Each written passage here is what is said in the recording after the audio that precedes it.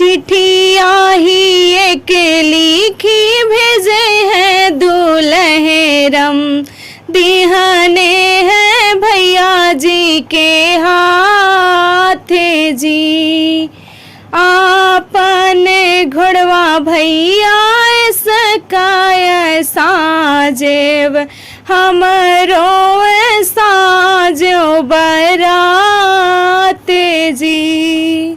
आपन घोड़वा भैया सकाय साजो, हमरो साजो बरात जी।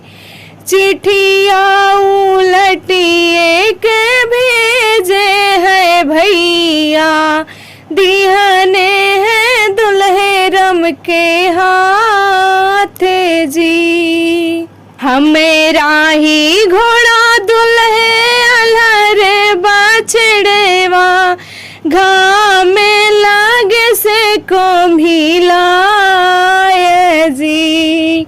इतनी बचन सुनी दुल्हे कवन रामा, नयना ललित होई जाए जी।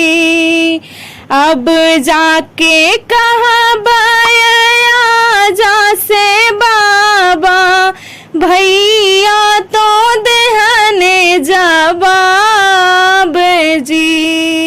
इतनी बचन सुनिया जा से बाबा, झारी पोछी लिहले उठाई जी।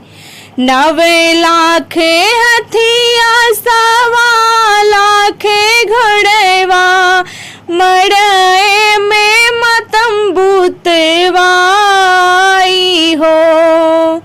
तंबू के भीतरा से बजे सहनैया, भैया के मुहवा में पाने जी।